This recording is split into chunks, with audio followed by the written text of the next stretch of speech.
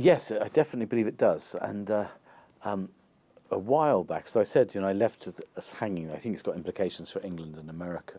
A while back, I stopped travelling, 4 or 5 years, 5, 6 years ago, and but it was in those days just a sort of one-trick pony. I was just focused on low-cost private education. So I actually thought, is it possible to create something similar in England?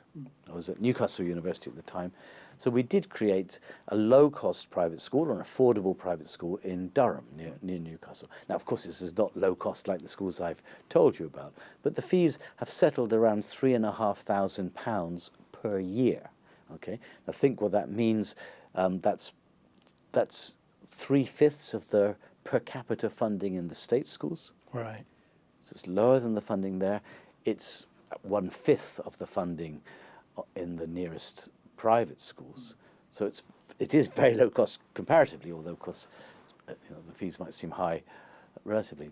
And at that level, we have now we've passed our Ofsted inspections. The government regulator, compulsory regulation inspection. We have grown from reception class up to GCSE, the school leaving exams at age 16, and the school is now making a small, very small, but nonetheless making a very small surplus. So in other words, we have proven that you can have a low-cost private school model here, and you can do it at a fee that most people think is impossible. And obviously I'm involved as the Vice-Chancellor at the University of Buckingham now, so I'm chairman of the board there. I'm not involved on a day-to-day level. But nonetheless, I think it's a very exciting model that could be replicated elsewhere. I want it to be replicated elsewhere, because increasingly this will show we don't have to have state education. We don't have to have government involved in education in order to deliver something that is high quality, of great value to parents, and in a school like that doesn't have to get caught up in the woke agenda either, very importantly.